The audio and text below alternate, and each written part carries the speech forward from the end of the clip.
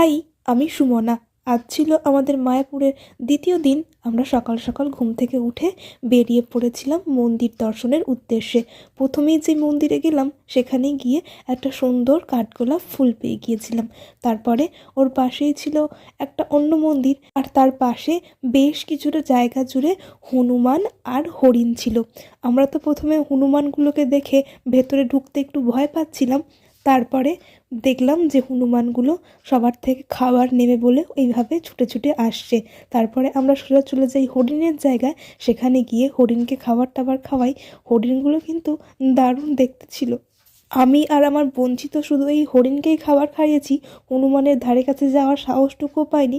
আর এখানে আমার জামাইবাবু আর আমাদের দিকে যেই প্রভু গাইড করছিলেন, সেই প্রভু এই হনুমানগুলোকে খাবার খাওয়াচ্ছিলেন। ঠিক আছে, আজকের মতন এই ভিডিওটা এখানেই শেষ করছি।